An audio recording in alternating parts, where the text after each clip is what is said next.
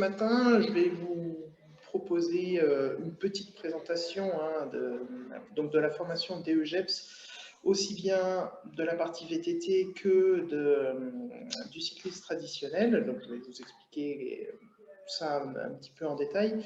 Et puis, l'idée, c'est quand même aussi de répondre à vos questions, d'être, voilà, que vous avez certainement, d'échanger et puis de voir si du coup, vous souhaitez vous inscrire ou pas à cette formation.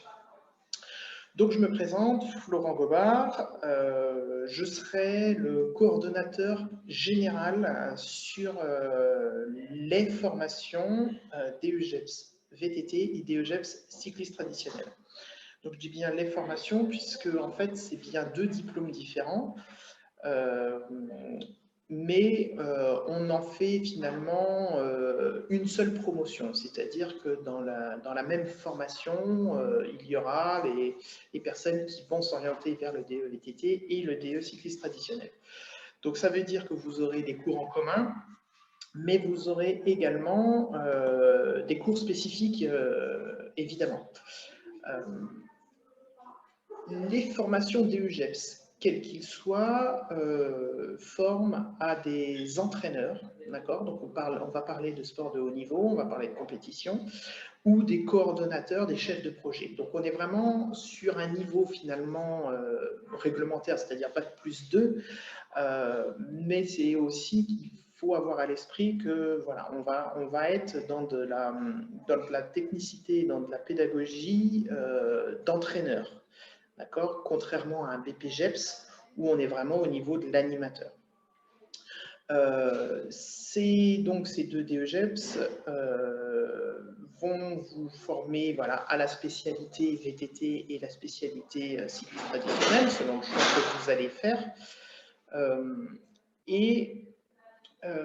Ce qui est important, voilà, c'est de comprendre que ça va vous allez obtenir finalement les prérogatives, c'est-à-dire la carte professionnelle pour exercer dans ces disciplines-là. Je le rappelle, voilà, je suis toujours dans le général, mais je rappelle qu'en France, on a une spécificité qui est que les sports, être éducateur sportif, c'est une profession réglementée. C'est-à-dire une profession réglementée, on a l'obligation d'avoir un diplôme pour exercer finalement cette profession-là, ce qui n'est pas le cas dans d'autres professions. On peut être boulanger sans diplôme de boulanger. Éducateur sportif, on a l'obligation d'avoir un diplôme. Donc, une carte professionnelle. Et donc, chaque diplôme d'éducateur sportif va englober certaines prérogatives. Donc, vous comprenez bien que si on passe un DEGEPS VTT, on n'aura pas le droit d'être éducateur sportif en judo, par exemple. Donc voilà, donc il va y avoir des prérogatives. Donc ces prérogatives, elles sont très importantes et elles vont être évidemment spécifiques à la mention. Donc sur le cyclisme traditionnel, on va être sur les disciplines route, piste et cyclocross. Sur le VTT, on va être sur la descente, sur le trial et sur le cross-country. Donc voilà, donc ça ce sont les prérogatives. Donc on a bien des prérogatives d'animation et d'entraînement, ce que ne donne pas le niveau BPGEPS. Donc cette formation DEGEPS, vous l'avez compris, du coup, il va falloir, avant même de pouvoir s'inscrire, justifier d'un niveau technique minimum. C'est-à-dire qu'effectivement, on ne peut pas accepter dans ces formations des gens qui n'auraient pas un prérequis technique. Voilà, c'est un peu une évidence puisqu'on va former des entraîneurs. Bon, voilà, si vous ne faites du vélo que pour emmener vos enfants à l'école et puis aller acheter le pain, évidemment, vous n'avez pas le niveau suffisant pour rentrer dans ces formations. Donc, ce prérequis technique, ce n'est pas nous qui le fixons, c'est le texte, c'est l'arrêté de création du diplôme qui est inscrit dans le code du sport, qui décrit très clairement les épreuves de vérification technique. Ces épreuves, elles sont organisées pour le VTT par la Fédération française de cyclisme pour le cycliste traditionnel par l'organisme de formation, c'est-à-dire le CREPS. Donc, il y a deux modalités différentes, hein, c'est pas très important, mais ça a quand même un enjeu, c'est-à-dire que pour ceux qui souhaitent rentrer en formation DE VTT, il faut absolument valider ces épreuves techniques, les TEP, les tests d'exigence préalable, c'est le nom réglementaire de ces tests, auprès de la Fédération française de cyclisme. Alors, je ne sais pas s'il y en a qui se dirigent vers le VTT.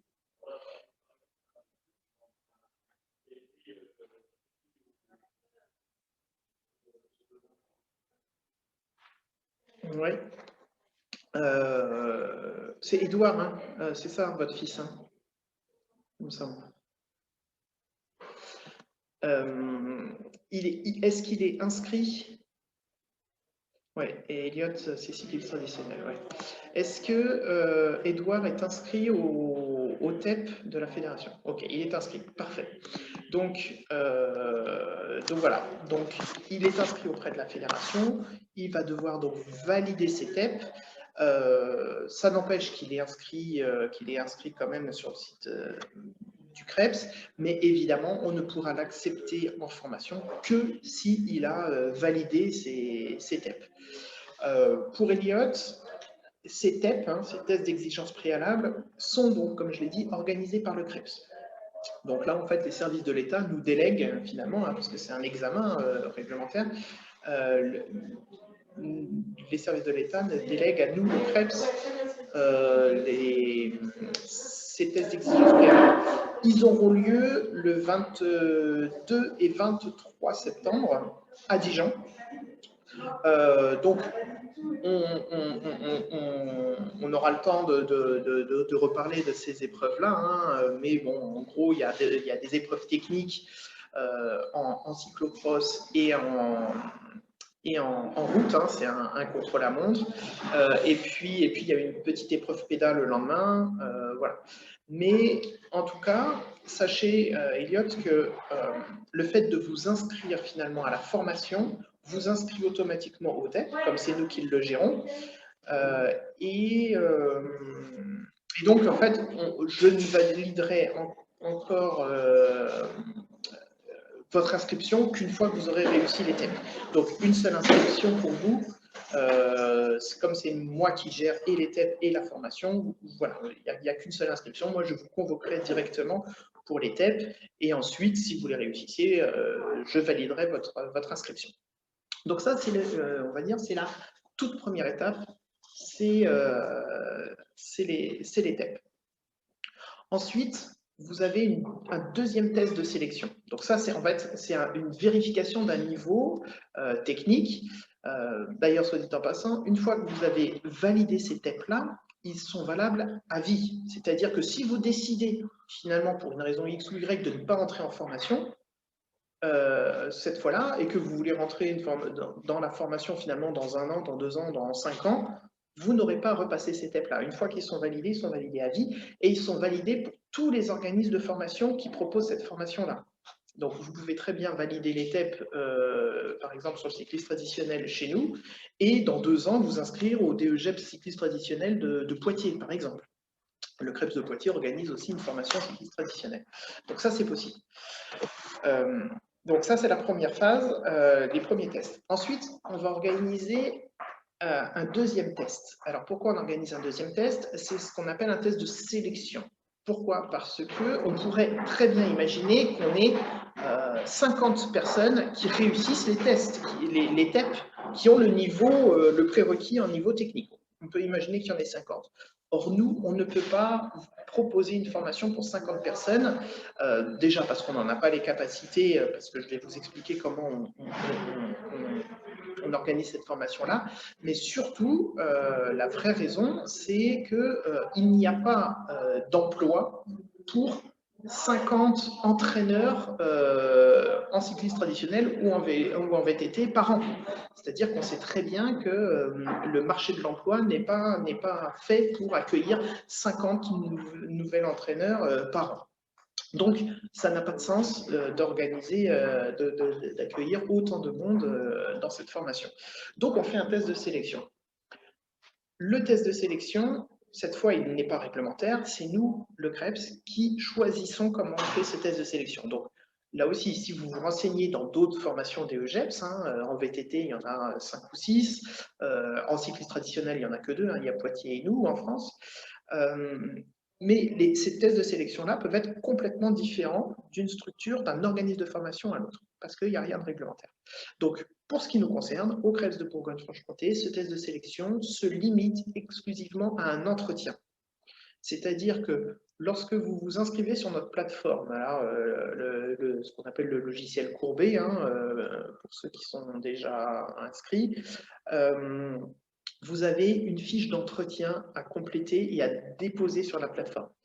Cette fiche d'entretien nous sert finalement de base à cet entretien de sélection, c'est-à-dire qu'on va se baser sur le projet professionnel, le projet personnel de chacun des candidats et on va faire cette sélection à partir de ça. L'année dernière, nous avons fait tous ces entretiens en visio, ça fonctionne très bien, je proposerai la même chose, de le faire en visio, comme ça c'est confortable pour tout le monde, il n'y a pas de frais de déplacement à avoir, on fait l'entretien avec un binôme, je ne serai pas tout seul, mais moi j'assisterai à tous les entretiens. Et voilà, et donc là, on va sélectionner les candidats. Alors, on n'a pas un chiffre précis, on ne se dit pas on en veut 12 ou 15, mais c'est une fourchette. Voilà, on va dire justement entre 12 et 15 maximum. Encore une fois, ça dépendra du nombre que vous serez, les deux mentions réunies. C'est-à-dire que si dans une des deux mentions, on a 15 très bons candidats qu'on veut sélectionner, dans l'autre mention, on n'en prendra pas 15, on n'en prendra peut-être que 8. Quoi. Donc voilà, donc il va y avoir un jeu un petit peu là-dessus. Mais bon, soyez pas trop inquiets par rapport à cette sélection-là. Dites-vous que si vous avez un projet professionnel, personnel, qui est pas forcément finalisé évidemment, mais qui est en tout cas qui commence à se construire, il n'y a aucun souci. C'est-à-dire que nous, c'est vraiment pour éviter d'avoir des personnes qui sont là parce que ils ont échoué en STAPS et puis ils savent pas trop quoi faire d'autre. Mais qui n'ont pas forcément un projet hyper construit, qui n'ont pas forcément une vraie volonté de devenir entraîneur ou pour le VTT dans le secteur du tourisme. Voilà, cette sélection, elle se fait là-dessus. Elle va se faire aussi sur la disponibilité. Moi, voilà, l'année dernière, par exemple, j'ai eu une personne professeur de PS qui voulait vraiment passer le DEGEPS, mais par contre, il était prof de PS et donc pendant l'entretien de sélection, m'a dit que déjà, il m'avait posé ses dates en disant je ne serai pas disponible là et là, c'est pas possible pour moi, je ne peux pas. Donc évidemment, on ne peut pas le sélectionner parce qu'on ne peut pas avoir quelqu'un qui, dès la sélection, dit qu'il va être absent régulièrement. Donc voilà, la sélection, elle se fait là-dessus. Maintenant, si vous avez une vraie volonté de réussir ce diplôme-là, de suivre les cours et de vous investir, il n'y a aucune raison qu'on ne vous sélectionne pas. Donc voilà, les TEP pour vérifier le niveau technique, puis le test de sélection. Troisième partie, donc vous êtes sélectionné, vous rentrez en formation. La toute première semaine, donc celle du mois d'octobre, je vous montrerai le calendrier tout à l'heure, donc c'est mi-octobre, le 15 ou 16 octobre, je ne sais plus, c'est ce qu'on appelle la semaine de positionnement. Alors le positionnement, c'est quoi? C'est finalement une phase pas préalable à la formation, parce qu'on est déjà rentré en formation, mais de début de formation, qui va vous permettre d'aboutir à un parcours individuel de formation, le PIF, parcours individuel de formation. Et comment on va aboutir à ça? C'est un travail qu'on va faire, vous et moi, pendant 2-3 jours, c'est-à-dire que moi, je vais présenter en détail toute la formation, c'est-à-dire tous les objectifs, toutes les compétences à acquérir. Je vais vous présenter également en détail toutes les épreuves de certification pour obtenir le diplôme et en fait tous les cours heure par heure de toute l'année que vous allez avoir. Donc voilà, donc ça va être en détail, on parlera de tout ça. Vous, d'un autre côté, vous allez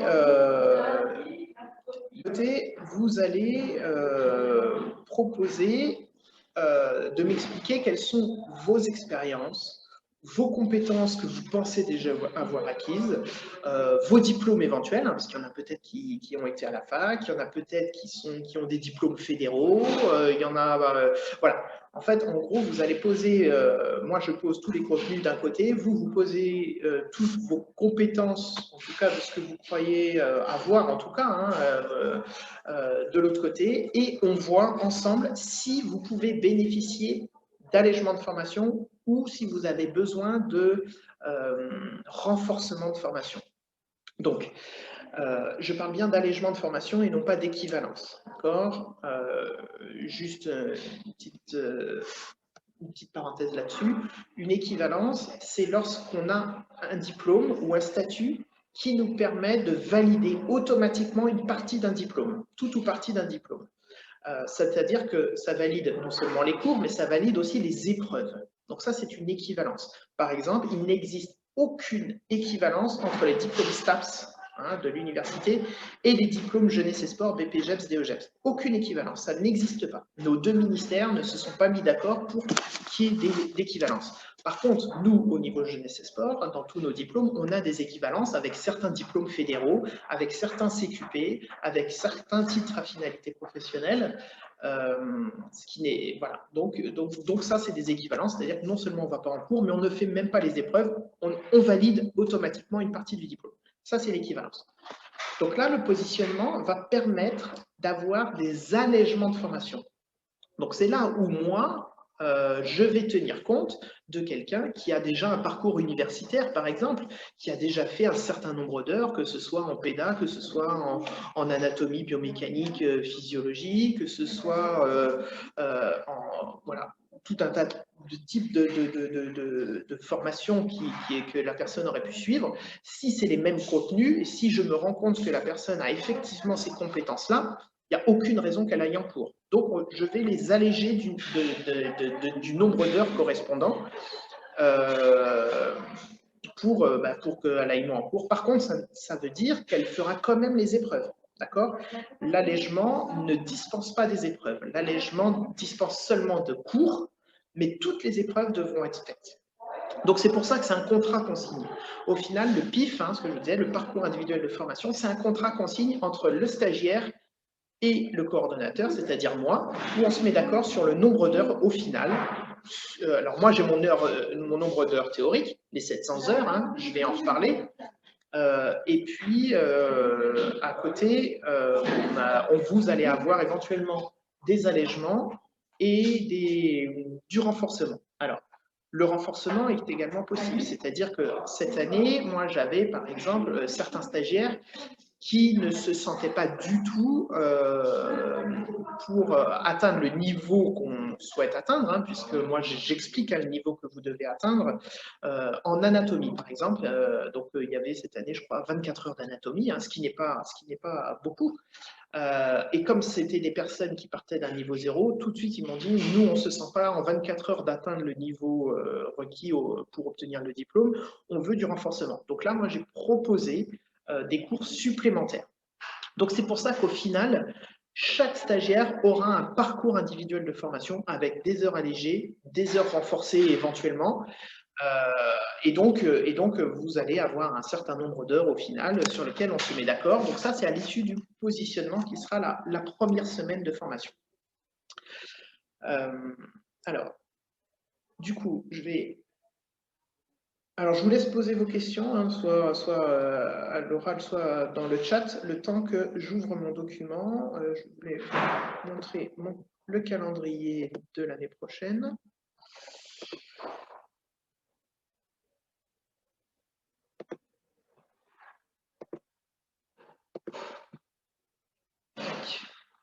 Alors, donc toujours pas de questions. Voilà, c'est très clair, merci. Donc ça, c'est le calendrier proposé pour l'année prochaine. Alors, vous voyez, hein, il y a écrit en gros projet, d'accord. Voilà, je préfère prendre des précautions. On n'est pas à l'abri que certaines semaines bougent pour diverses raisons, hein. Parfois, c'est parce qu'on a un problème de salle, parfois c'est parce qu'on a des opportunités. Là, je pense par exemple aux stagiaires du VTT, on a bougé une semaine parce qu'ils ont l'opportunité de se déplacer sur un lieu de compétition nationale qui aura lieu. Et du coup, c'était intéressant pour eux qu'ils aillent rencontrer les personnes qui sont sur cette compétition. Donc, on a changé la semaine. Donc voilà, donc il peut y avoir des modifications, elles se font à la marge, évidemment. On essaye le plus possible de respecter ce calendrier-là, mais il peut y avoir des mouvements. L'autre façon où il peut y avoir des mouvements aussi, c'est à la demande des stagiaires. C'est-à-dire que là, également, cette année, j'ai les stagiaires, notamment du VTT, qui m'ont demandé s'il était possible de les libérer entièrement les 2 mois d'été pour qu'ils puissent faire des saisons dans le tourisme. Donc, c'est eux qui m'ont demandé ça. Donc, moi, j'ai vu avec les intervenants, j'ai vu si c'était possible, et ça a été possible. Donc, on a modifié à la demande des stagiaires un petit peu le calendrier. Donc, voilà, ça peut être à la demande de l'organisme de formation, pour une raison comme je viens de vous le dire, mais ça peut être aussi les stagiaires qui le demandent. Donc voilà, c'est pas quelque chose de complètement figé, mais évidemment, dès qu'on bouge une semaine, c'est très très compliqué parce qu'il faut qu'on trouve les lieux, il faut réserver ces semaines pour ceux qui ont un métier à côté, il faut trouver les intervenants, etc. Donc c'est toujours très compliqué de changer une semaine, mais c'est pas impossible. Donc, tout ça pour dire que ce calendrier, il est fait de cette manière-là. Donc, comme vous le voyez, hein, en septembre, on a les dates limites d'inscription. Les TEP, que je disais hein, pour Elliott, le 21 et 22 septembre. Et puis, en fait, à partir, on va dire, à partir du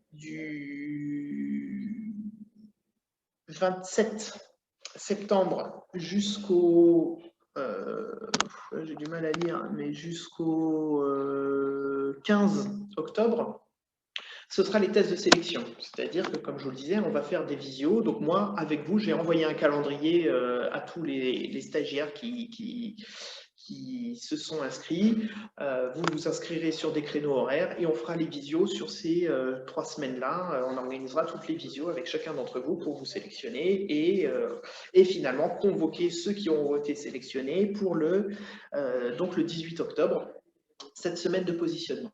Alors, cette semaine de positionnement, donc je vous l'ai dit, il y aura 2-3 jours vraiment de travail ensemble pour aboutir au parcours individuel de formation. Et puis, il y aura également 2 jours, les 2 derniers jours, jeudi, vendredi, qui seront communs avec la formation DEGEPS en cours. C'est-à-dire que, en fait, je souhaite faire croiser les 2 promotions pour que y ait des échanges entre vous, que vous puissiez chacun discuter de savoir comment la formation s'est déroulée pour ceux qui vont la terminer et que on crée un petit peu un truc un peu sympathique entre les 2 promotions. Ensuite, ce calendrier, il est fait de telle manière que à partir du mois de janvier, l'idée c'est que vous n'ayez qu'une semaine de cours par mois. Donc une semaine de cours par mois à l'organisme de formation. Donc l'organisme de formation, c'est ou Besançon ou Dijon, hein, on est sur les 2 sites. Et les 3 autres semaines du mois, c'est la structure d'alternance. Puisque toutes nos formations, que ce soit des BP, des DE, des DES, enfin, toutes les formations jeunesse et sport, sont des formations en alternance. Par exemple, sur le DEGEPS, le nombre d'heures minimum à faire pour valider le diplôme, c'est 700 heures en organisme de formation. Alors encore une fois, hein, comme je vous l'ai dit, ces 700 heures-là, c'est théorique puisque vous pourrez éventuellement avoir des allègements de formation. Mais ces 700 heures, moi, sur mon emploi du temps, c'est 700 heures qui sont inscrites. et 500 heures en alternance. D'accord? Donc ça aussi, c'est des heures qu'il va falloir valider, qu'il va falloir faire avec des objectifs, des compétences à acquérir, etc. etc. Mais c'est en structure d'alternance. Et donc, vous voyez, 700-500, c'est quasi équivalent. Et d'ailleurs, vous verrez que vous ferez beaucoup plus que 500 heures en alternance, parce que sur les 1 an, enfin sur les 15 mois de formation, vous verrez que vous ferez beaucoup plus que 500 heures d'alternance, parce que le métier d'éducateur sportif, il s'apprend surtout sur le terrain, c'est-à-dire que tous les cours que moi je vais pouvoir vous faire, ou mes collègues, tous les intervenants en salle de cours, où ça reste que de la théorie. Et le métier, il s'apprend vraiment sur le terrain. Donc ça, nous, on en est tous convaincus. Et donc, c'est pour ça que ces heures d'alternance sont indispensables, sont primordiales, et qu'on y attache beaucoup d'importance. Donc la structure d'alternance dans laquelle vous allez être et sera le bon choix de cette structure va faire que vous allez réussir votre formation ou pas. Le choix du tuteur sera également prépondérant pour votre réussite. Donc voilà, donc à partir du mois de janvier, c'est 1 semaine par mois en centre de formation, les 3 autres semaines en structure d'alternance.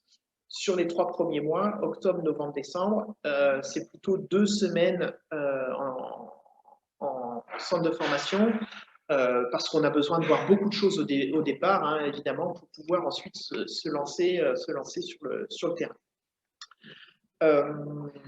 Voilà pour l'organisation. Donc là, vous avez les premiers mois. De toute façon, hein, ce calendrier est disponible sur le site internet. Je l'ai envoyé à certains d'entre vous. Voilà. Donc, comme je l'ai dit, on a 2 sites de formation, Dijon, Besançon. Hein, le CREPS de Bourgogne-Franche-Comté a 2 sites, Besançon, Dijon. Mais donc vous irez en formation sur les 2 sites, à Besançon et à Dijon. Mais sachez que lorsque on s'engage sur une semaine sur un des 2 sites, par exemple, la semaine 1, la P1. Donc les semaines, on les a appelées P parce que je vais vous parler des séquences qui commencent par un S. En fait, nous, les P comme période, hein, c'est les périodes, les semaines, c'est P1, P2, P3. Bref. La P1, par exemple, c'est à Besançon, c'est-à-dire que vous n'irez pas à Dijon. C'est comme ça, on s'est engagé sur Besançon, vous n'irez pas à Dijon. Si la P2, c'est Dijon, hein, on n'a pas encore décidé, mais si la P2, c'est Dijon, vous serez toute la semaine à Dijon, vous n'irez pas sur le site de Besançon. Voilà, donc nous, on s'y tient, vraiment, on essaye de... Enfin, c'est pas on essaye, c'est on s'y tient. Lorsqu'on s'engage une semaine sur un des 2 sites, on ne va pas sur l'autre. Bon, après, sachez aussi quand même que entre Dijon et Besançon, c'est quand même très proche, que en plus le Creps de Besançon et le Creps de Dijon sont du bon côté de chacune des 2 villes, et en fait, de porte à porte, hein, entre le Creps de Besançon et le Creps de Dijon, il y a 45 minutes hein, de voiture, donc ça va très vite, hein, c'est pas non plus insurmontable, mais voilà, mais l'idée c'est quand même que lorsqu'on s'engage sur un des 2 sites, on s'y engage pour la semaine. Puisque je suis sur l'organisation des semaines, sachez aussi que cette formation, elle est évidemment ouverte, il y a un recrutement national, hein, elle est ouverte à tous, avec un recrutement national. Donc on a des gens qui viennent de très loin, des gens du sud-ouest, des gens des Hauts-de-France, des Alpes, des Pyrénées, du Massif central, de l'Ouest, enfin voilà, on a vraiment des gens de partout en France. Là, cette année, on a même un cycliste qui vient de Guadeloupe. Hein, donc voilà, vraiment la France dans sa grande globalité. Et du coup, on essaye au maximum de démarrer la semaine le lundi à 10h.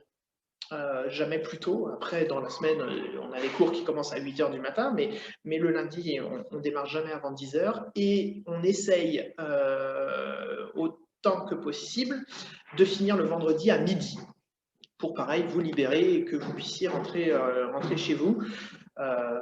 Donc, Le lundi 10h, on l'a toujours réussi. Là, cette année, le vendredi à midi, il y a une seule fois où on n'a pas pu, où ça s'est terminé le vendredi soir, parce que l'intervenant qui intervenait le vendredi après-midi ne pouvait intervenir que le vendredi après-midi. Donc, c'est arrivé une seule fois qu'on finisse le vendredi à 17 ou 18h, je ne sais plus. Mais sinon, on arrive toujours à finir à midi. Donc voilà sur l'organisation des semaines.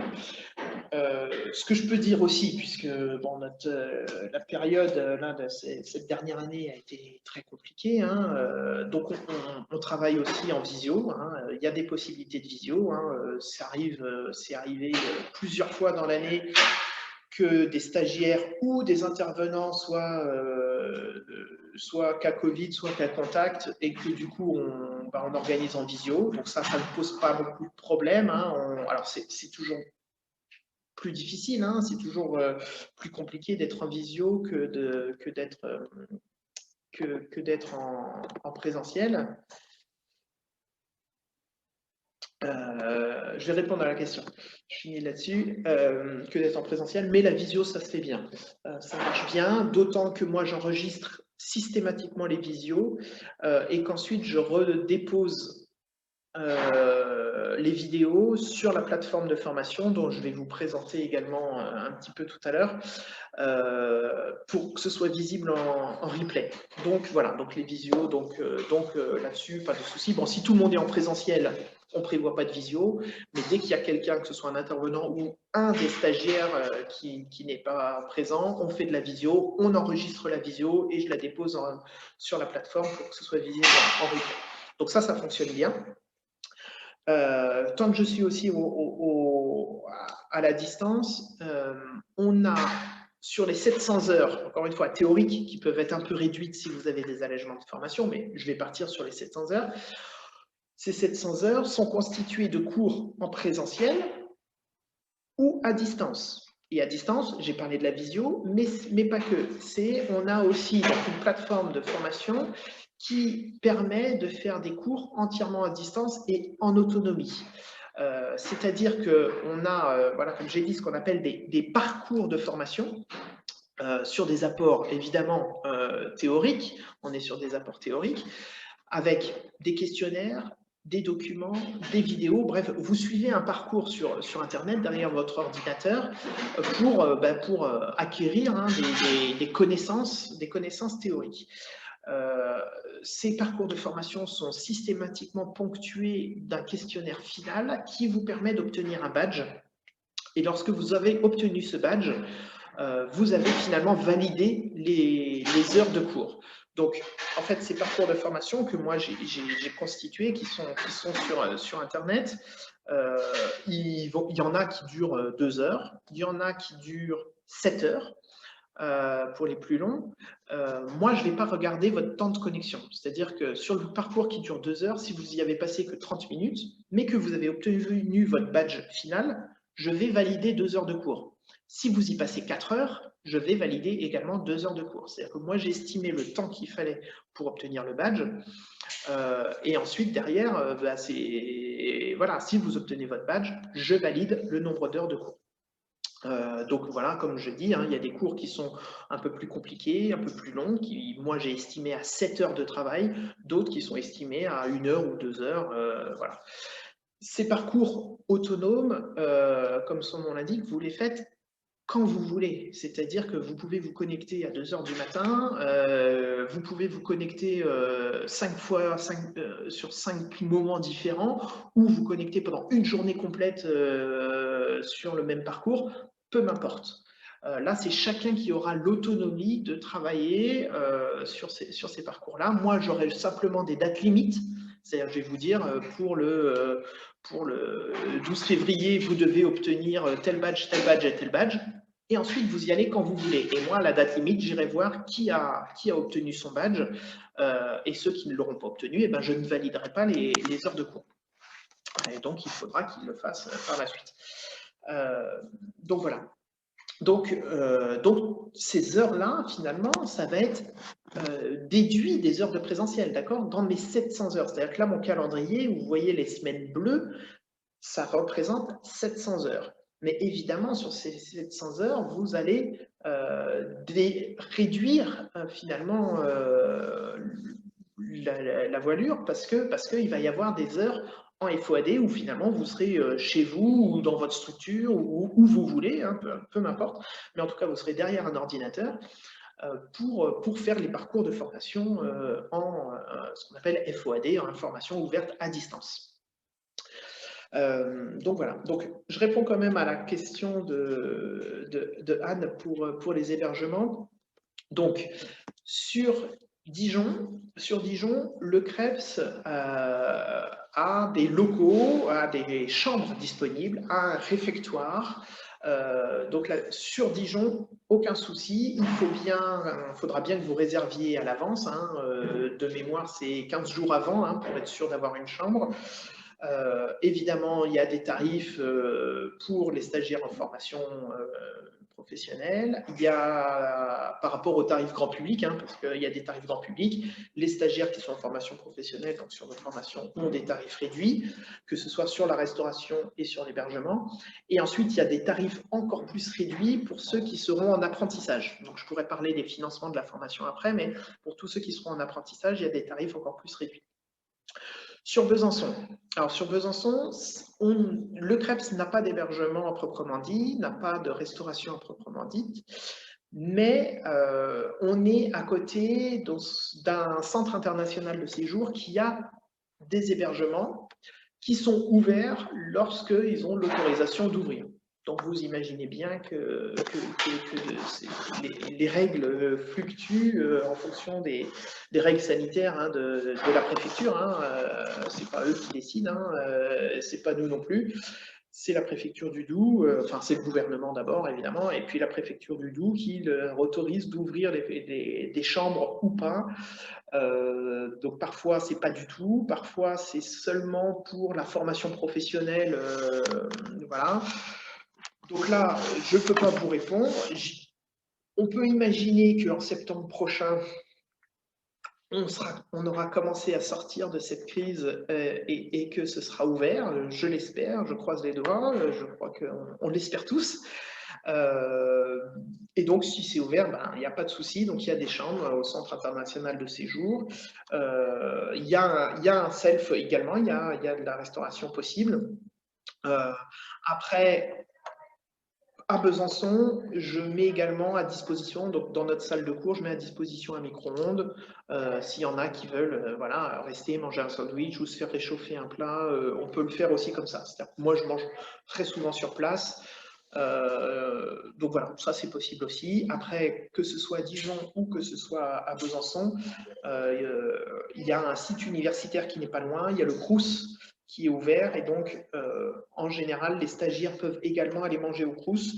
Moi je leur fais une attestation comme quoi ils sont en formation et ça jusque là ça a fonctionné hein. Que ce soit à Dijon ou à Besançon, les Crous n'ont pas posé de problème et ont autorisé à faire les tarifs étudiants pour qu'ils puissent aller manger au Crous. Donc ça c'est aussi pas mal parce que c'est des deux côtés, hein, Dijon-Besançon, le Crous n'est pas loin, donc c'est également possible.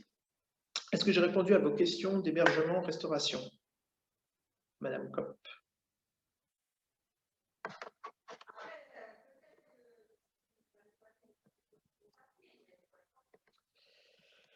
Voilà. Donc, très bien. Je continue. Alors, je vais arrêter sur le calendrier et puis, puisque j'en ai parlé, je vais vous montrer la plateforme de formation en ligne. Donc ça, c'est la plateforme des stagiaires actuels. Donc, tous les stagiaires auront accès à ça, c'est ce qu'on appelle un espace d'activité. Donc, avec, il y a des onglets ici, hein, différents onglets. Et puis, sur chaque onglet, vous avez ce qu'on appelle des widgets, donc des gros carrés qui peuvent être bleus, rouges ou jaunes, peu importe la couleur que je leur donne, avec des informations. Donc, c'est vraiment la plateforme de formation des stagiaires du DEGEP. C'est-à-dire que les coordonnateurs de formation, certains intervenants, les tuteurs et les stagiaires ont accès à cette plateforme-là et seulement eux, c'est-à-dire que les autres stagiaires des autres BP ou les autres formateurs ou les autres coordonnateurs n'ont pas accès. C'est vraiment notre salle de cours virtuelle à nous. Sur cette plateforme, vous avez à chaque fois, donc il y a aussi bien des informations, on va dire, administratives. Hein. Là, vous voyez, le premier carré, c'est l'agenda. Donc l'agenda, c'est, vous voyez, là, P8, P9, P10, c'est les futures semaines de formation qu'ils vont avoir. Si je clique dessus, on voit que j'ai un lien avec l'emploi du temps. Donc, ils ouvrent ça, ils ouvrent leur emploi du temps et ils savent quel est l'emploi du temps de la semaine P8 là, qui va démarrer le 29 mars et qui aura lieu à Dijon. Il y a également en information administrative, ils retrouvent en fait finalement tous les documents dont ils vont avoir besoin tout au long de la formation. Donc le calendrier, le contenu des séquences, c'est-à-dire le contenu de tous les cours, hein, voilà. Le plan de certification, donc ça c'est en fait les épreuves qui vont leur permettre d'obtenir le diplôme. Il y a un forum, évidemment. Je mets également des photos parce que de temps en temps, je prends quelques photos. Voilà. Des coordonnées, les coordonnées de tout ce qu'ils ont besoin, donc que ce soit pour les hébergements. Hein, vous voyez, on parlait des hébergements. Donc à Besançon, le CIS, hein, Centre international de séjour. À Dijon, le CREPS. Donc comment est-ce que je peux réserver mes chambres, etc. Donc c'est tous les coordonnées dont ils peuvent avoir besoin. Les documents administratifs, donc fiche d'absence lorsque quelqu'un est absent parce qu'il est malade, parce qu'il a le Covid, parce qu'il est blessé, parce qu'une raison X ou Y. Voilà, et ils retrouvent tous les documents finalement dont ils vont avoir besoin ici. Les convocations, hein, parce que pour chaque semaine, à chaque fois qu'ils doivent être en organisme de formation, je dépose une convocation parce que c'est toujours utile, notamment quand il y a du couvre-feu, notamment quand il y a des restrictions et qu'il faut justifier pourquoi on se déplace. Et ben là, on retrouve toutes les convocations. On va dire ça, c'est la partie administrative où on retrouve tout ça. Ensuite, on a également tous les cours, hein, ce que je disais, hein, tous les cours que vous allez voir. Moi je demande à tous les intervenants qui me donnent leurs documents, que ce soit du PDF, du PowerPoint, de la vidéo, peu importe, tous les cours sont remis ici sur ce que j'ai appelé les ressources documentaires. Voilà, on retrouve également les visios, comme je vous le disais, hein, là vous voyez l'intervention de Paul Herman en physio. Ça a été en présentiel, mais également en visio. Ça a été enregistré et j'ai redéposé la vidéo ici. Donc, les stagiaires peuvent revoir finalement en replay le cours. Donc, vous voyez, donc là, évidemment, ça, c'est une page qui est au fur et à mesure hein, actualisée avec tous les cours qu'ils ont vus.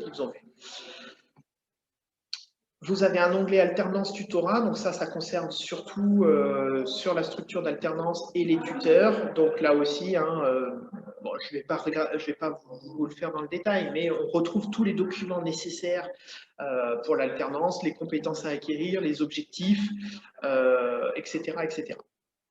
Questionnaire évaluation.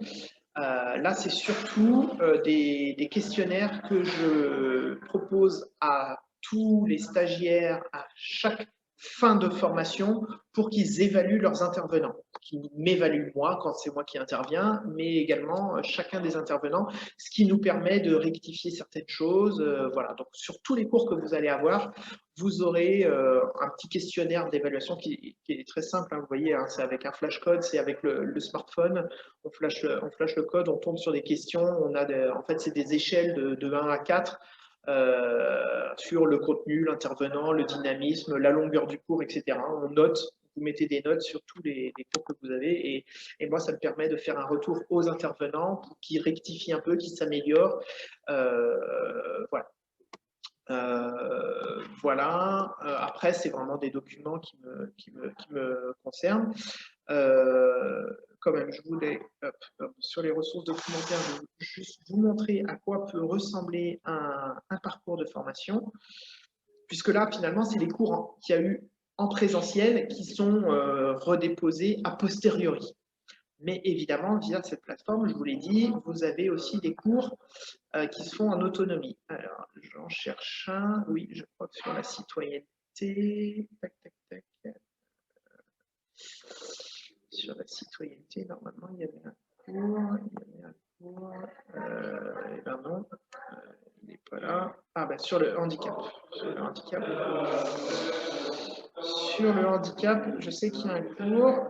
Voilà. Donc là, si je clique sur le lien, vous voyez que c'est une nouvelle page qui s'ouvre. C'est un nouvel espace d'activité. Et en fait, c'est un cours sur sport et handicap. Donc, c'est une nouvelle page. Vous voyez que ça ressemble, hein, puisque c'est notre plateforme Caroline, mais c'est une autre page sur le sport de handicap. Donc, accéder au cours. Là, je vais aller sur le cours Qu'est-ce que le handicap? Et donc, voilà. Donc, ça, c'est un parcours de formation. Donc, vous voyez qu'il y a un sommaire ici sur la gauche de votre écran en noir. À chaque fois, vous avez la page en blanc qui s'affiche sur la droite.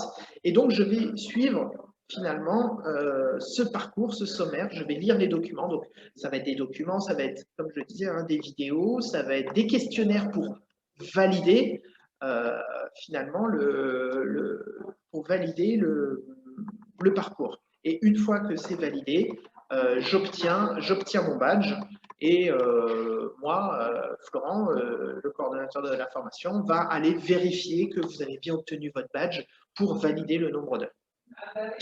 Voilà comment ça se présente. Donc des parcours de formation, vous en aurez un certain nombre tout au long de la formation. Alors ensuite, sur les intervenants. Donc, comme je disais, moi, je suis coordonnateur général de la formation, mais vous aurez, pour m'épauler, il y a 2 personnes qui seront très importantes pour votre formation. C'est Claire Hassenfrat pour le DEVTT, qui est en fait la coordinatrice des UC3 et 4. Je vais vous parler des UC. Et Paul Herman pour les UC3 et 4 du cyclisme traditionnel. Alors, Claire et Paul sont des entraîneurs de haut niveau, sont tous les deux entraîneurs des pôles espoirs, Claire pour Besançon et Paul pour Dijon, et sont des vrais bons techniciens, des vrais entraîneurs de haut niveau.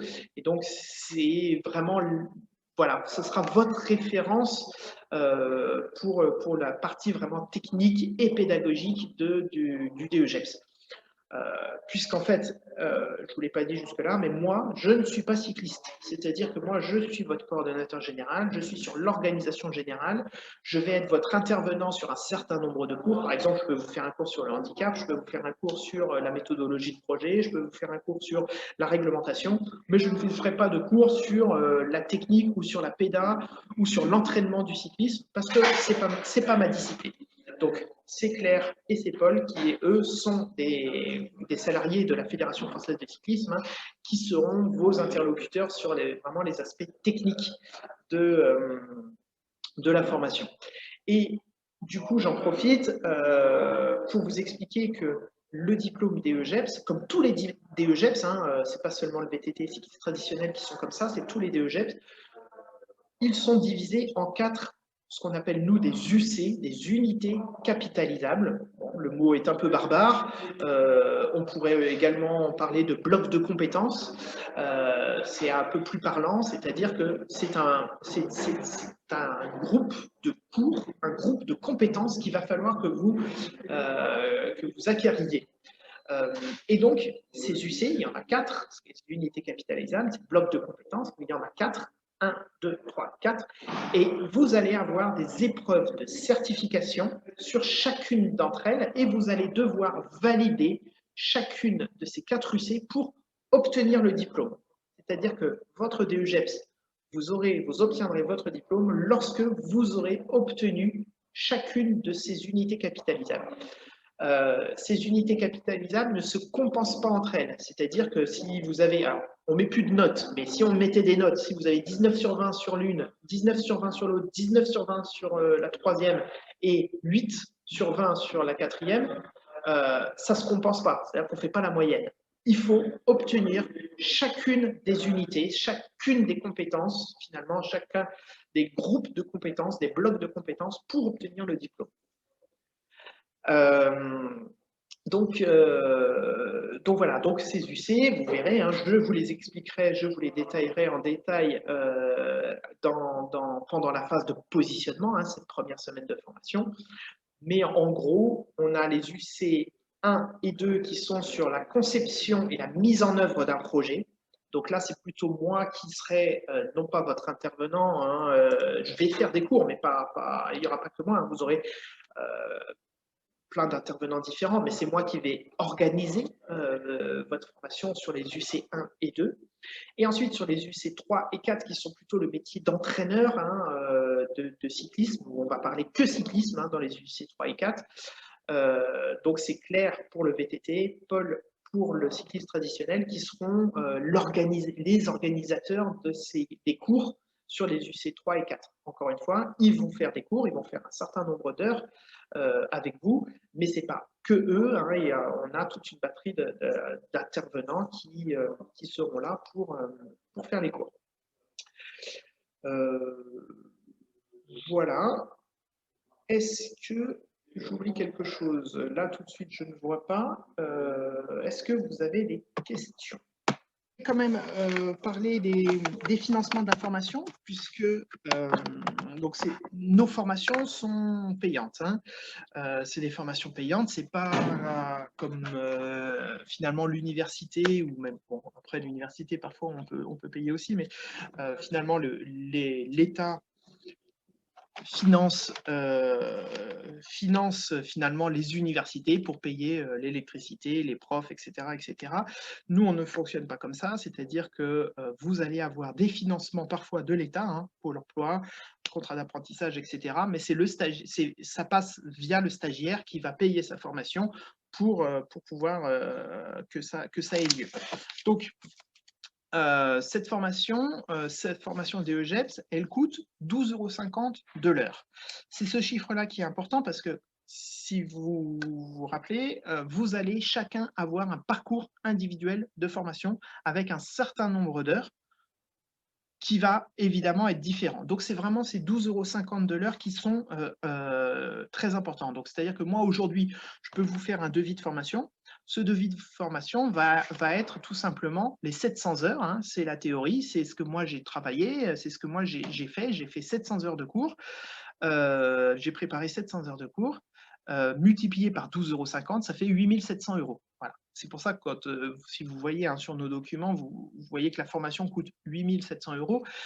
Finalement, en fait, elle ne coûte pas 8 700 €, elle coûte 12,50 € de l'heure, fois le nombre d'heures que vous allez faire, qui va se rapprocher des 700 heures, évidemment, mais peut-être certains vont avoir que 650 heures, d'autres 680, et donc il faut multiplier par 12,50 €. Donc ça, c'est le coût de la formation. Maintenant, évidemment, il existe de très nombreux dispositifs pour financer cette formation.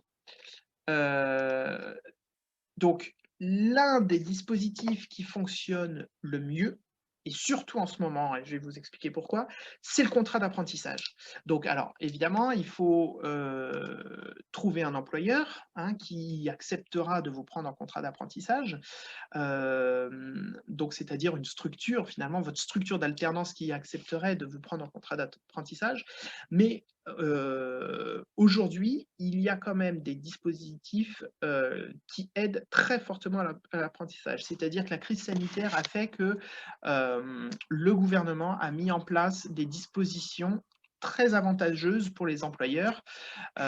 Donc, un contrat d'apprentissage, ça vous permet d'avoir votre formation 100% financée, c'est-à-dire que ni votre employeur ni vous ne payez la formation, c'est-à-dire les 8 700 € à peu près, vous ne les payerez pas, c'est-à-dire que nous, le CREPS, on sera directement payé par le centre de formation des apprentis, hein, le CFA, qui lui aura touché l'argent de l'État. Donc, ça ne transite même pas par vous, la formation est entièrement financée. Ensuite, l'avantage du contrat d'apprentissage, c'est que vous avez une rémunération pendant la formation. Donc ça, c'est plutôt intéressant, puisque vous avez un contrat, vous avez une rémunération sur vos heures d'alternance. Et ces heures d'alternance, elles sont aidées par l'État, c'est-à-dire qu'il y a de très fortes réductions sur les charges qui pèsent sur, un employeur, quoi, hein, les charges patronales, donc il y en a très peu. Et dernier point, c'est qu'en plus, en ce moment, et ça a été prolongé, on a eu cette semaine, hein, je crois, on a eu l'information comme quoi c'est prolongé. Il y a des aides complémentaires à cette rémunération proposée par le gouvernement. C'est-à-dire qu'aujourd'hui, on a certains employeurs qui ont finalement un salarié qui leur coûte 0 €. Alors, après, il faut faire les simulations, hein, sur le site internet de l'apprentissage, hein. Vous tapez sur Google apprentissage, point gouvernement, enfin, je sais pas trop j'ai pas l'adresse du site en tête, mais vous le retrouvez facilement. En fonction de l'âge de l'apprenti, en fonction du niveau du diplôme, en fonction de, l'employeur, combien il a de salariés, combien il a d'adhérents et cetera. Enfin bref, il y a tout un tas de choses à compléter et derrière, vous savez exactement vous, votre rémunération en tant qu'apprenti et combien ça va coûter à l'employeur. Et il y a certains employeurs, ça leur coûte 0 €, c'est-à-dire qu'ils ont un apprenti pour 0 € tellement qu'il y a d'aide finalement avec la prime supplémentaire qui est mise en place pendant cette crise sanitaire. C'est vraiment la crise sanitaire qui a fait qu'ils ont mis en place des aides complémentaires pour encourager l'apprentissage. Donc ça, c'est vraiment quelque chose d'hyper intéressant. Moi, je suis disponible, c'est-à-dire que si vous avez une structure d'alternance qui ne sait pas trop comment ça fonctionne, qui hésite un petit peu, je peux, moi, les contacter, c'est-à-dire qu'on peut faire des rendez-vous téléphoniques en visio. Voilà, mon boulot d'accompagnateur, il est là aussi, c'est-à-dire que moi, je ne suis pas juste un formateur qui va vous permettre d'obtenir un diplôme, je suis vraiment là pour vous aider dans votre projet professionnel. Donc, ça commence maintenant, c'est-à-dire qu'à vous aider à trouver une structure, à convaincre votre structure de vous embaucher en contrat d'apprentissage, par exemple, hein, puisque j'étais sur ce sujet-là, mais moi, mon boulot, il commence maintenant et il se terminera quand 3 mois, 6 mois après votre formation, sur votre insertion professionnelle. C'est-à-dire que je ne me contenterai pas juste de vous délivrer le diplôme. C'est-à-dire que moi, mon intérêt, c'est que vous trouviez un travail derrière pour ça qu'on fait des tests de sélection, c'est pour ça qu'on se limite à une quinzaine ou une vingtaine maximum de stagiaires par formation, parce qu'on fait un vrai accompagnement individuel pour chacun pour que vous puissiez avoir un travail au bout, quoi. Nous, ce qui nous intéresse, c'est pas que vous ayez votre diplôme, c'est que vous ayez un travail derrière, en passant par l'obtention du diplôme, évidemment. Mais donc voilà, donc l'apprentissage, c'est vraiment, moi je vous invite très, très, très fortement à aller là-dessus. C'est le dispositif le plus avantageux aujourd'hui par rapport à notre formation, par rapport à nos formations, le plus intéressant. Vous avez d'autres dispositifs, évidemment. Certains pôles emploi financent, hein, si vous êtes demandeur d'emploi, si vous êtes inscrit à Pôle emploi, certaines agences Pôle emploi financent cette formation-là. Alors, malheureusement, il n'y a pas de règles communes, nationales à tous les pôles emploi. C'est-à-dire qu'on a, et même dans une même ville, hein, moi j'ai déjà eu des conseillers Pôle emploi au téléphone dans la même ville, mais dans des agences différentes. Certains me disaient non, c'est impossible, on ne peut pas financer cette formation-là, et d'autres la finançaient. Il n'y a pas de règles, ou alors s'il y a des règles, elles ne sont pas comprises de la même façon pour tout le monde. Bref, en tout cas, encore une fois, moi, c'est aussi mon rôle, ou en tout cas, si c'est pas moi, c'est le CREPS, hein, c'est le rôle du CREPS, hein, de aussi, on est là pour contacter vos conseillers Pôle emploi, pour essayer de les convaincre, pour leur expliquer en détail la formation, pour que vous trouviez un financement. Évidemment, pour ceux qui ont déjà travaillé, il y a le compte personnel de formation. Toutes nos formations sont éligibles au compte personnel de formation. Si vous avez acquis des droits, c'est également possible sur un financement. Ensuite, on a d'autres types de financement, comme le Sésame ou comme d'autres choses que nous, on gère en interne directement avec des services de l'État. Donc là aussi, quand on se retrouve à des gens qui ne rentrent dans aucune case, qui ne trouvent aucun financement, on arrive toujours à trouver des financements. C'est-à-dire qu'aujourd'hui, je pense que sur les, je sais pas, je dirais peut-être les 200 stagiaires qu'on a au CREPS là sur l'année 2020-2021, on en a 0 qui ont entièrement financé leur formation de leur poche. C'est-à-dire qu'on trouve toujours quelque chose. Donc voilà, donc on est là pour vous accompagner, pour vous aider.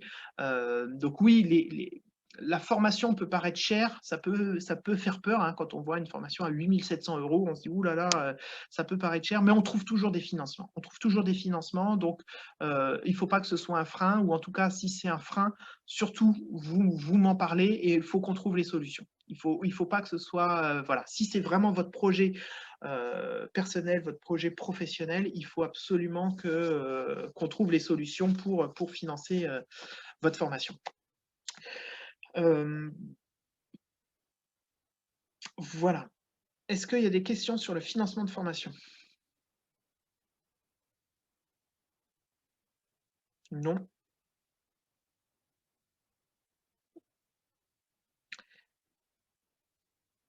Est-ce qu'il y a d'autres questions sur d'autres sujets? Enfin, sur le DE, hein, parce que si vous voulez me poser la question s'il fait beau, oui, il fait beau aujourd'hui à Besançon, mais il fait froid.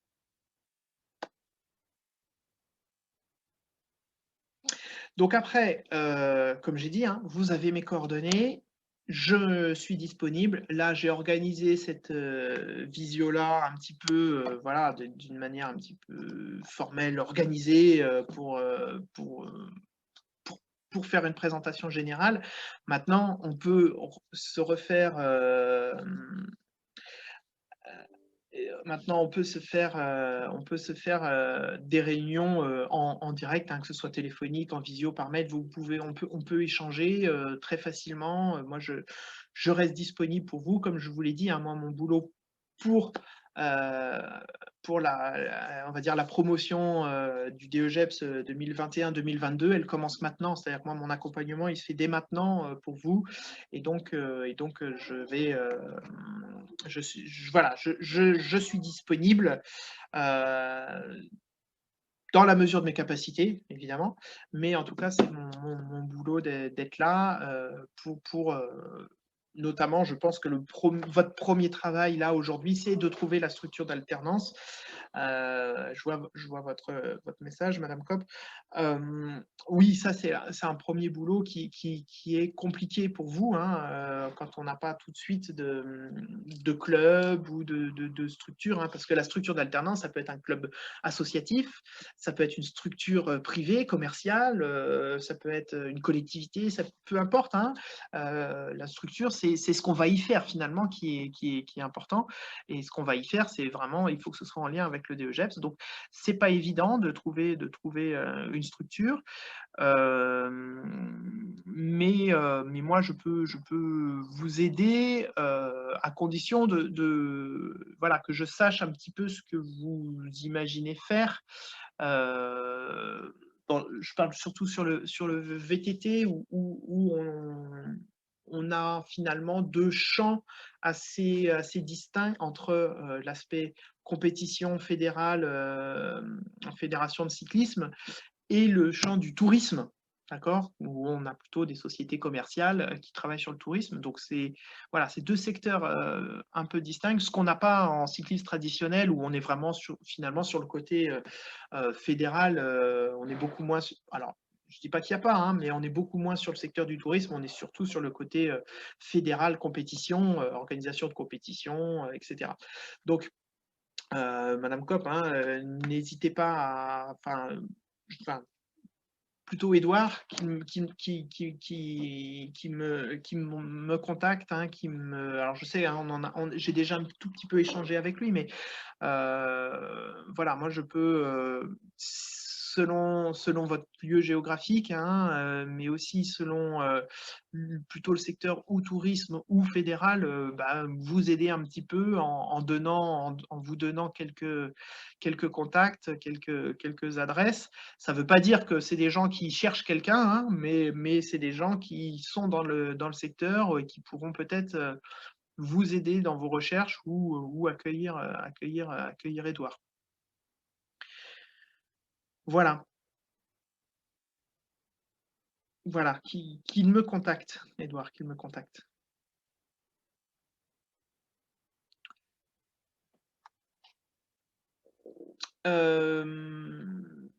Je crois que si Edouard est inscrit sur Courbet, Elliot, vous n'êtes pas inscrit, je crois, hein, encore à la formation.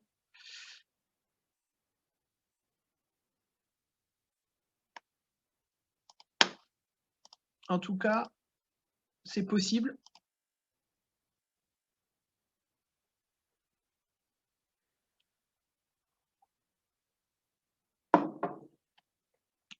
Donc, Elliot, hein, donc c'est possible de... Ah oui, ok, vous attendiez cette réunion-là.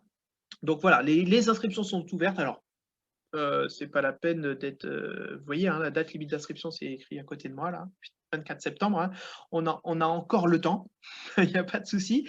Mais bon, plus tôt ce sera fait, mieux ce sera, hein, pour vous comme pour moi. Donc voilà, vous pouvez vous inscrire, c'est possible à partir de maintenant. Les âges des gens qui s'inscrivent dans ces formations-là, c'est très large. C'est-à-dire qu'on a effectivement des jeunes. Hein, là, j'en ai dans la formation, j'en ai 3 hein, qui ont entre 18 et 20 ans. Le gros, donc voilà, on en a toujours un petit peu. Le gros de la formation, on va dire, c'est plutôt entre 20 et 30. Voilà, c'est des gens qui ont déjà eu une petite expérience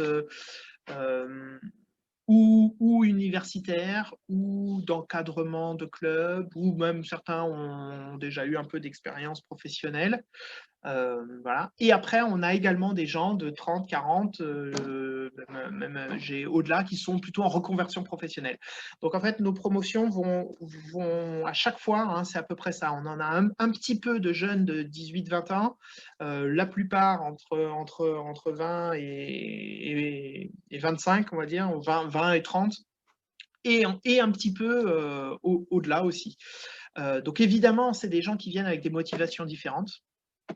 Évidemment, c'est des gens qui ne partent pas sur le même plan dans leurs expériences, dans leurs compétences, mais dans tous les cas, c'est toujours extrêmement enrichissant pour l'ensemble. C'est-à-dire que souvent, les jeunes apportent un petit peu de spontanéité, voilà, de choses un petit peu parce qu'ils sortent de l'école, donc ils sont encore dans des on va dire, dans des schémas un petit peu scolaires et tout, ce qui fait rire beaucoup les autres. Donc c'est toujours rigolo, c'est toujours intéressant. Évidemment, les plus expérimentés apportent beaucoup, évidemment, dans la formation. Donc c'est très intéressant. Je ne vais pas vous mentir, hein, je vais être franc. Les plus jeunes, on va dire les 18-20 ans, c'est assez difficile. C'est assez difficile pour eux parce que justement, on n'est plus en mode scolaire. C'est-à-dire que on est dans le monde professionnel.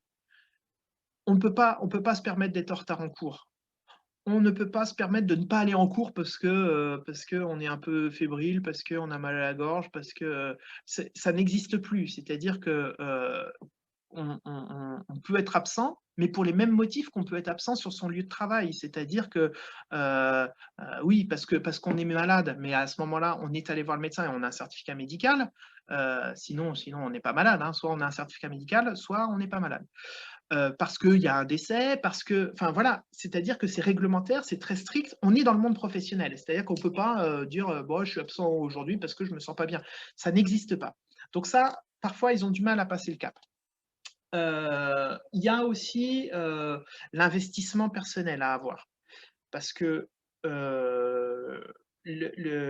cette formation, elle est professionnelle, elle est assez elle est intense. C'est-à-dire que les semaines de cours, quand vous êtes ici, c'est intense. Et puis ensuite, l'alternance, faut aussi s'investir. C'est-à-dire qu'à un moment donné, il faut prendre faut se positionner en tant que chef de projet, il faut se positionner en tant qu'entraîneur, il faut se positionner en tant que personne donnant une certaine dynamique. Donc c'est intense. Et puis, en plus de ça, vous avez des cours, enfin, vous avez du travail personnel à faire chez vous, en dehors et de l'alternance et des cours. C'est-à-dire que vous aurez des dossiers à rendre, vous aurez des cours à retravailler, vous aurez des connaissances à ingurgiter. Donc c'est on va pas se mentir, c'est un sacré investissement.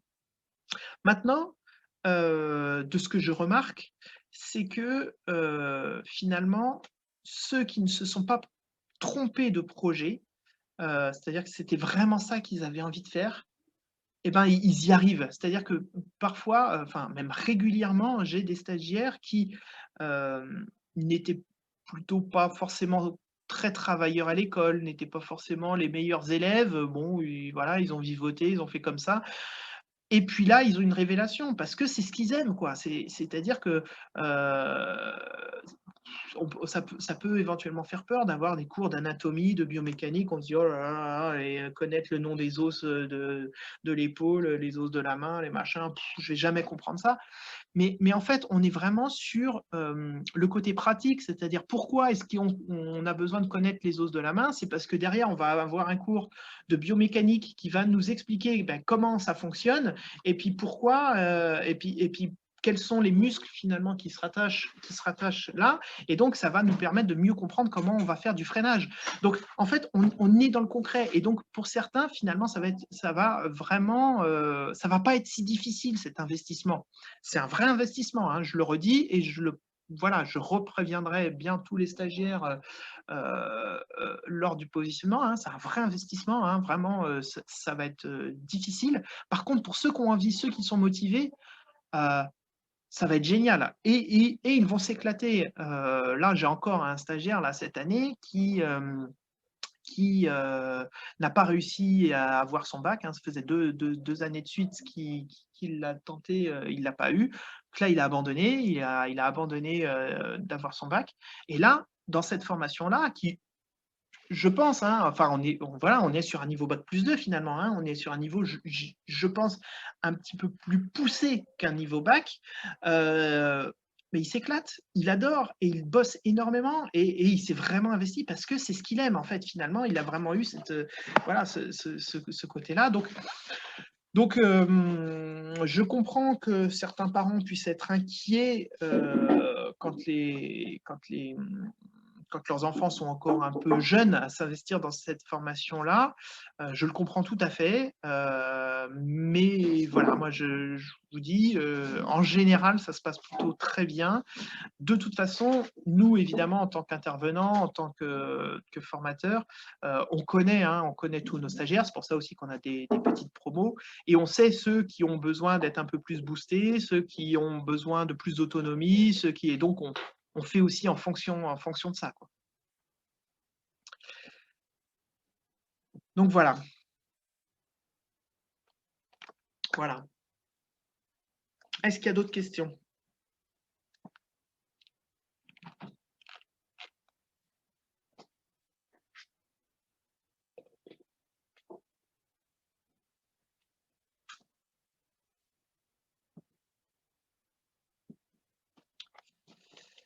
Euh, Alors, pour l'apprentissage, ça va se faire directement. Donc non, il n'y a pas besoin d'inscription auprès du CFA.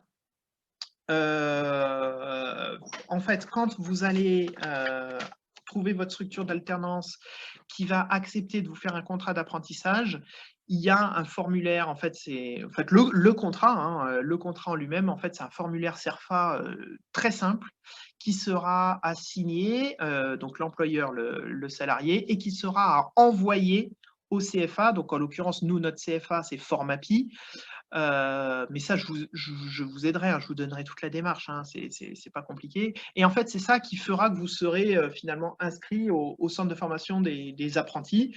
Donc, Formapi va réceptionner votre document, va le valider, et ensuite, Formapi va faire en sorte de toucher l'argent de l'État pour financer la formation, de l'apprenti, va se garder une partie pour sa gestion administrative et va nous reverser, le reste pour financer la formation.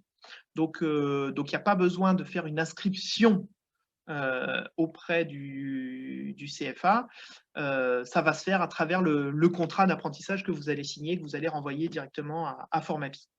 Enfin, vous ou l'employeur d'ailleurs, hein. Souvent c'est l'employeur qui envoie le contrat à Formapi, mais bon, après ça peut être aussi l'apprenti.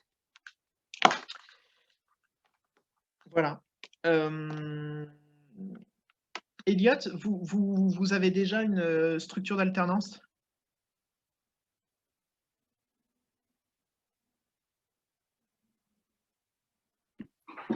Bonjour, du coup j'ai mis mon micro, ça sera plus simple pour en Parfait. discuter. Ouais. J'ai pas encore une réponse définitive de l'alternant.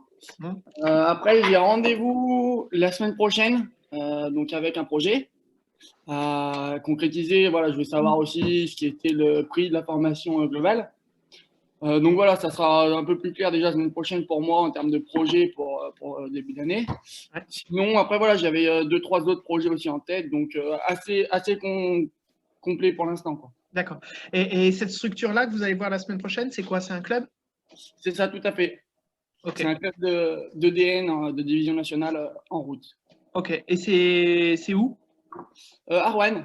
Rouen. Ok. Moi, Ok. je suis Parfait. de CRKT. Je suis domicilié à Rouen, en fait, hein, Ouais, mais ouais. j'habite à Ok. Rouen. Ok. Donc voilà, après, moi, j'avais déjà postulé l'an passé donc pour l'école, le DEGEPS qui devait ouvrir l'an passé. Bon, bah voilà, j'avais fait tout mon dossier. Le problème, c'est que l'école n'avait pas ouvert au dernier moment. Je ne sais pas si c'était vous qui s'en occupez ou pas, hein. Mais l'école n'avait pas ouvert au dernier moment. Donc c'est vrai que je m'étais retrouvé un petit peu, un petit peu sans rien. Donc voilà, cette année, je voulais être sûr voilà, qu'il y a un projet qui se concrétise au niveau du CREPS. Donc je vois que cette année, il y a quand même un projet qui est quand même beaucoup plus concret, hein, avec des réunions déjà, des dates déjà fixées. Donc voilà, ça me concrétise dans mon choix de vouloir me réinscrire pour pouvoir faire voilà, ma formation que j'ai toujours voulu faire. Ouais, on a eu effectivement du mal à ouvrir au départ parce qu'il fallait se faire connaître, parce qu'il fallait expliquer qu'on faisait cette formation-là. Là, c'est certain. Enfin, maintenant que c'est lancé, moi, de toute façon, là, j'ai déjà une dizaine. Enfin, j'ai pas été voir ce matin, mais j'ai déjà au moins une dizaine d'inscrits. Donc en fait, si on n'ouvre pas, c'est seulement parce qu'on n'a pas assez de stagiaires. C'est-à-dire que nous, on a une réglementation aussi qui nous empêche d'ouvrir une formation si on n'a pas assez de stagiaires. Mais là, c'est certain. Enfin, il y a plus, là, on se pose plus la question. On est absolument certain d'ouvrir la formation l'année prochaine. Bon, bah, très bien. Voilà. Ça me va pour avancer alors. Très bien. Donc, écoutez, s'il n'y a pas d'autres questions, moi on va s'arrêter là. Madame Kopp, moi je vous invite à dire à Edouard qu'il me recontacte pour sa structure d'alternance, qu'on puisse voir ça. Et puis, Elliot, vous pouvez donc vous inscrire sur la plateforme qu'on appelle Courbet, hein, vous verrez le lien que vous cliquez pour vous inscrire à la formation. Et puis, tenez-moi au courant de votre structure d'alternance s'ils sont prêts à vous accueillir. Et n'hésitez pas à leur parler du contrat d'apprentissage. Et si besoin, s'ils ont besoin d'un peu plus d'infos, dites-leur qu'ils peuvent me contacter ou qu'on peut, on peut se faire une réunion également ensemble pour que je leur explique tous les tenants et les aboutissants du contrat d'apprentissage, parce que pour vous, c'est ce qu'il y aura de mieux.